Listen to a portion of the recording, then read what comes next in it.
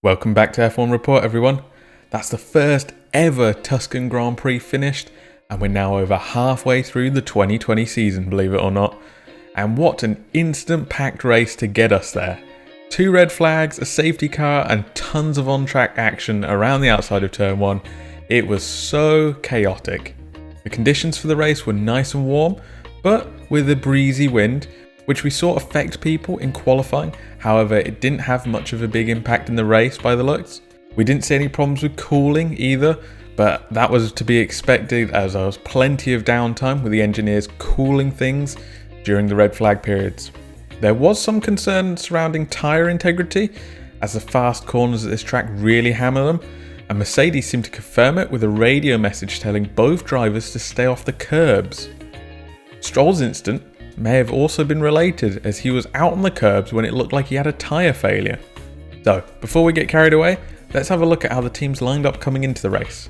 It was once again a Mercedes front row lockout, with Hamilton on pole and Bottas on second. Verstappen and Albon make it a Red Bull second row. A really good qualifying for Albon, exactly what he needs right now. Leclerc in 5th, again a fantastic run for him and a much needed boost for Ferrari at their 1000th race. Stroll in 6th and Perez in 7th. Perez actually qualified in 6th but had a 1-place penalty after an incident in practice. Ricciardo in 8th, Sainz in 9th, and Ocon rounds out Q3 in 10th. A point to note is that the majority of the drivers had to abandon their final Q3 runs due to a yellow flag, which kind of robbed us of an exciting finish to that session, to be honest. In 11th we had Norris, who missed out on Q3 for the first time in 15 races. In 12th we had Kvyat, 13th Raikkonen, once again ahead of his old teammate Vettel, who ended up in 14th. Grosjean rounded out Q2 in 15th. In 16th and out in Q1 for the first time in over a year is Gasly. Giovinazzi in 17th, Russell in 18th, Latifi in 19th, and Magnussen in 20th. So that's how we lined up on the grid, but how did it go in the race? Let's dive in. Once again we had a Mercedes 1-2 with Hamilton leading Bottas home. A good fight between those two, this time out, rather than Hamilton running away with it.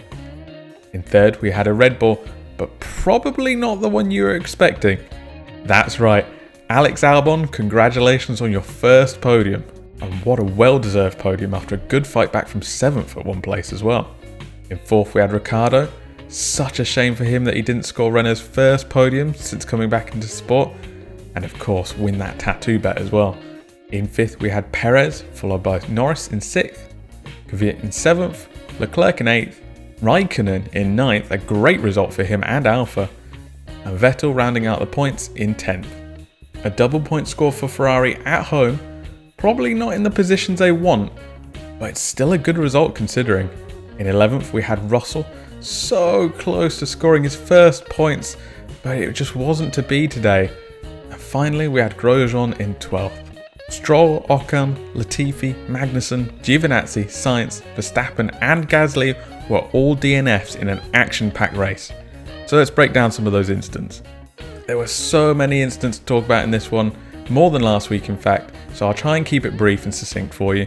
We had a good start with both Bottas and Leclerc doing very well. Bottas actually jumped Hamilton and Leclerc got both Ferraris off the line and into turn 1. But by the time we hit turn 4, we'd already had our first incident, actually multiple incidents. One in the midfield with Stroll, Sainz and Vettel, and one further back with Raikkonen, Gasly and Verstappen. This incident caused our first safety car, which was a beautiful red on this weekend in celebration of Ferrari's 1000th race, but it also caused Verstappen and Gasly to retire, robbing us of a fight at the front and robbing us of last week's winner. We then got underway again for all of maybe 20 seconds, as there was a huge collision on the pit straight as all the cars were released. It looks like Bottas was backing up the pack as normal, and then some of the guys towards the end expected him to go, so they gunned it, but he hadn't actually gone, so they just slammed into the cars in front of them, who were still going slowly. The drivers involved in this all retired, and they're Giovinazzi, Sainz, Latifi and Magnussen.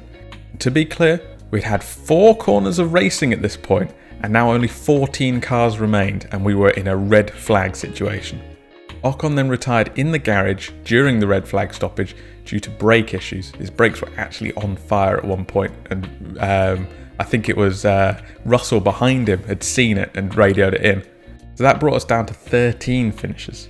We once again got restarted with a standing start, just like last week. And just like earlier in this race, the man in second jumps the man in first. This time Hamilton over Bottas. Albon at this point had a terrible start, dropping from 4th place down to 7th. We then had some good running up until about lap 47, which is where we had another red flag. 2 red flags in one race. This time it was for a tyre failure I mentioned earlier on Stroll's car, and we're suddenly down to 12. Another standing start and more movement up and down the field. Ricciardo and Bottas trading places multiple times, but the big loser from this situation was Russell. He was running well in 9th and he looked to be on for his first points ever, and then the restart really caught him out, putting him down all the way down in 12th. For the remaining 10 laps, the fun battles were for 3rd between Albon and Ricciardo, which resolved pretty quickly, and watching Russell attempt to charge through the field to finally secure some World Championship points. My team to watch was McLaren, who lost Sainz out of the race, but did manage to achieve 6th place with Norris, so I think that was an okay bet, right? Sadly, my driver to watch was not though. I had picked Gasly, and it looks like once again I've terribly jinxed him, and he was also a DNF. I think we need a week break just to recover from the action that we've had in the last 2 races.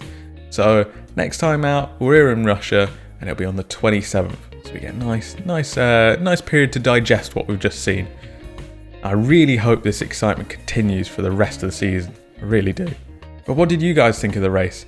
Do you think Mugello should be one of our regular tracks on the calendar after all that? Let me know in the comments and I'll catch you in the next one.